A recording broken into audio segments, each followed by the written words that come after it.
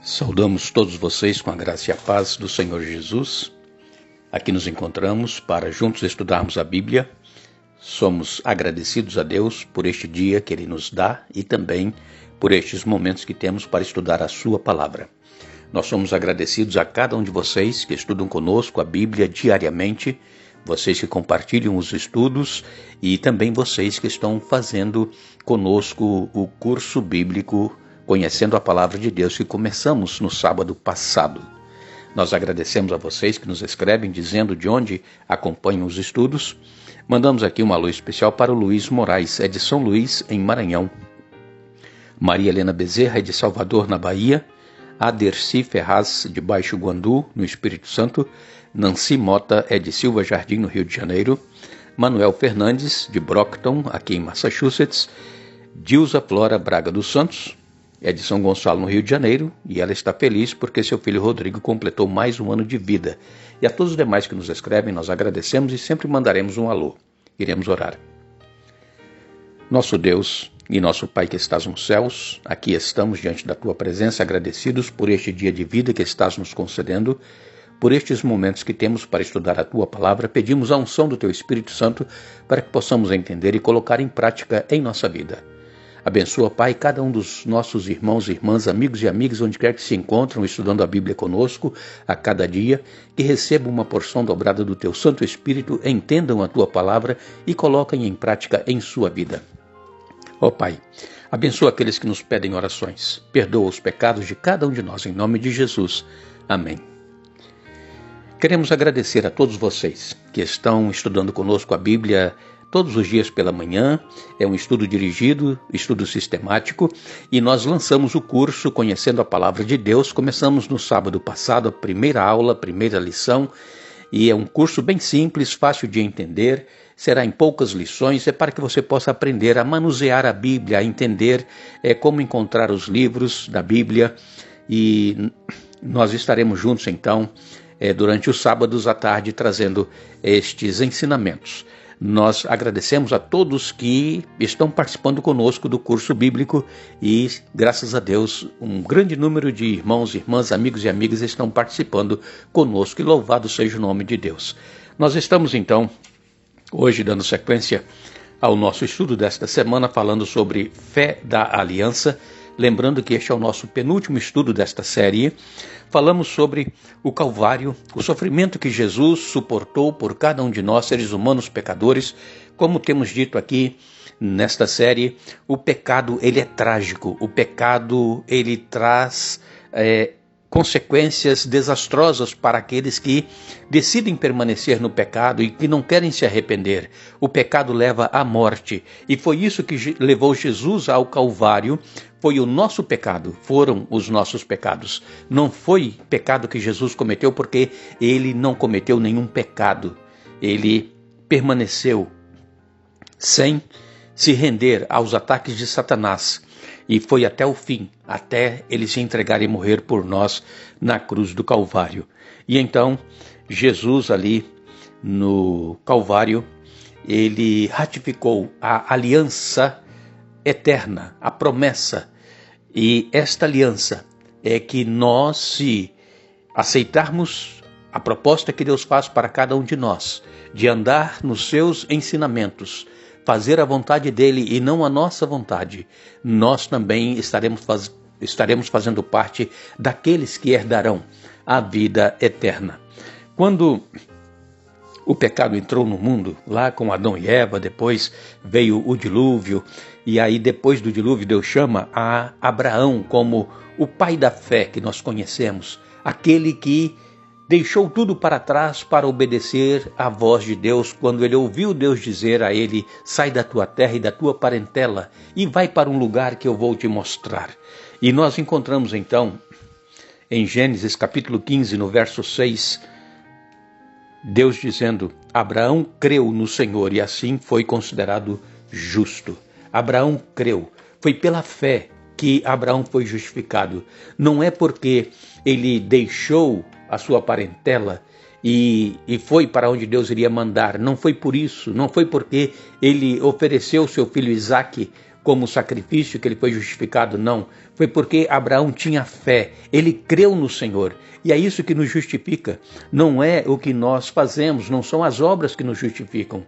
E muitas pessoas cometem o equívoco de pensar que no Antigo Testamento as pessoas eram salvas porque obedeciam à lei. A lei nunca salvou ninguém, a lei nunca vai salvar ninguém. A lei simplesmente mostra o pecado, aonde nós estamos falhando. A lei aponta para Jesus, que nós deveremos ir a Ele para nos perdoar os pecados que cometemos quando nós transgredimos a lei. E então Deus nos dá forças para continuarmos caminhando com Ele. Então, nunca em momento algum a Bíblia afirma que alguém foi salvo porque obedeceu à lei ou porque fazia isso ou fazia aquilo para a sua salvação. Nós vemos que quando Abraão ele foi chamado por Deus, ele não titubeou, ele não teve dúvidas, ele simplesmente creu. Ele deixou tudo e foi para obedecer aquilo que Deus estava lhe dizendo, ir para uma terra que o Senhor lhe mostraria. Agora, sabemos que Abraão, ele viveu uma vida de fé.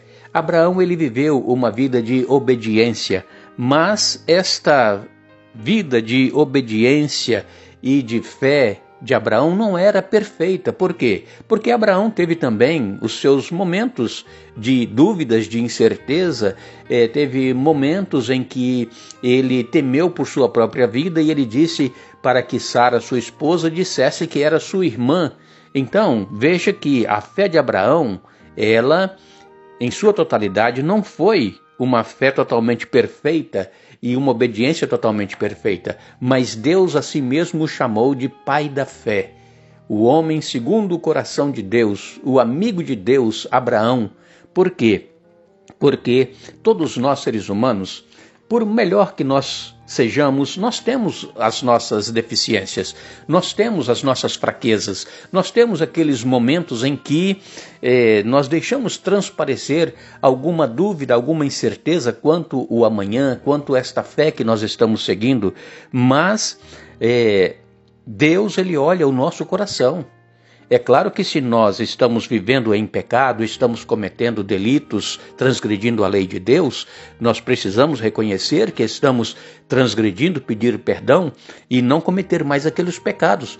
Porque se eu, ser humano, pecador, eu sei que eu estou transgredindo um mandamento e eu não peço perdão, não me arrependo e continuo cometendo esse pecado, não adianta nada eu estar na igreja, não adianta nada eu estar pregando a palavra de Deus, falando do amor de Deus, mas vivendo em pecado.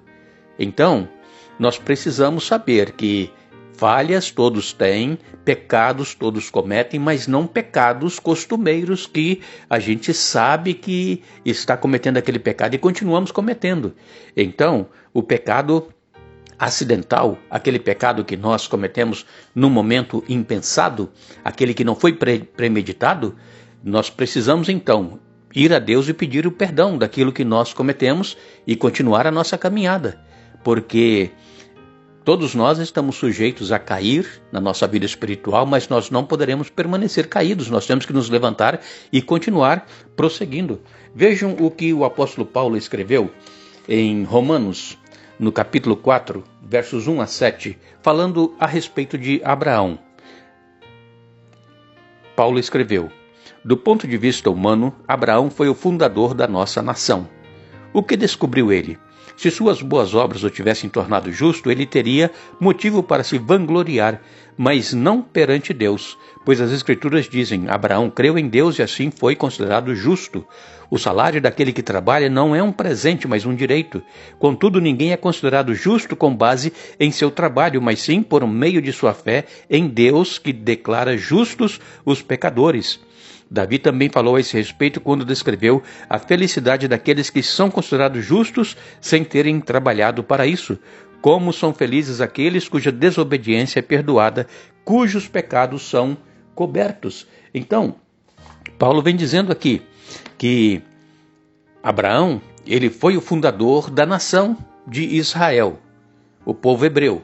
Ele diz isso aqui, capítulo 4, versos 1 e também no verso 2, dizendo que não foram as suas boas obras que o tornaram justo. Por quê? Porque se fosse, ele iria se vangloriar, tá vendo? Porque eu obedeci a Deus, porque eu sacrifiquei lá o meu filho Isaque, é porque... Não, nós não deveremos fazer nada para a nossa própria glória, porque isso não traz benefício nenhum para a nossa salvação. Tudo que nós fazemos é por amor a Deus, por obediência a Ele e porque nós amamos a Deus. Aí sim nós vamos praticar as boas obras, não para que nós nos vangloriemos. E isso passou com Abraão. Ele creu, conforme nós lemos, em Gênesis 15, verso 6, Abraão creu no Senhor e isso lhe foi atribuído por justiça. Então, todos nós podemos e devemos procurar fazer a vontade de Deus em nossa vida. Não para sermos salvos, mas porque Jesus nos salvou. E então o amor que nós temos a Deus, a gratidão que nós temos a Ele pelo que Ele fez por nós e pelo plano de salvação que Ele realizou em prol de toda a humanidade, é que nós obedecemos por amor e não por obrigação. É porque o amor de Deus por cada um de nós foi tão grande que Ele deu o seu Filho amado. E então por isso nós, em retribuição, também o amamos e procuramos fazer a sua vontade em nossa vida. Nós vimos então que a fé de Abraão o levou a se tornar justo, mesmo sendo ser humano, pecador, fraco, defeituoso como todos nós. E se você, meu irmão, minha irmã, amigo, amiga, tem dúvida da sua salvação? Não tenha dúvida, creia, você está salvo em Jesus. Simplesmente mantenha comunhão com Ele. Se renda a Ele, ande com Ele cada dia, estude a Bíblia, ore, não deixe de ter comunhão, porque é isso que nos leva à salvação, a comunhão que nós temos com Ele. Porque nós estamos para enfrentar situações difíceis em nossa vida, a cada momento que se aproxima do fim da história deste mundo. Mas se nós estamos em comunhão com Deus, nós não temos nada a temer, porque Ele promete estar conosco e nos dar a vitória final. Que Deus nos abençoe, que Deus nos dê um bom dia. Nós vamos novamente estar juntos amanhã, dando sequência a este estudo, mas não nos esqueçamos. Farei com eles aliança eterna, jamais deixarei de lhes fazer o bem. Jeremias capítulo 32, verso 40. Que Deus nos abençoe.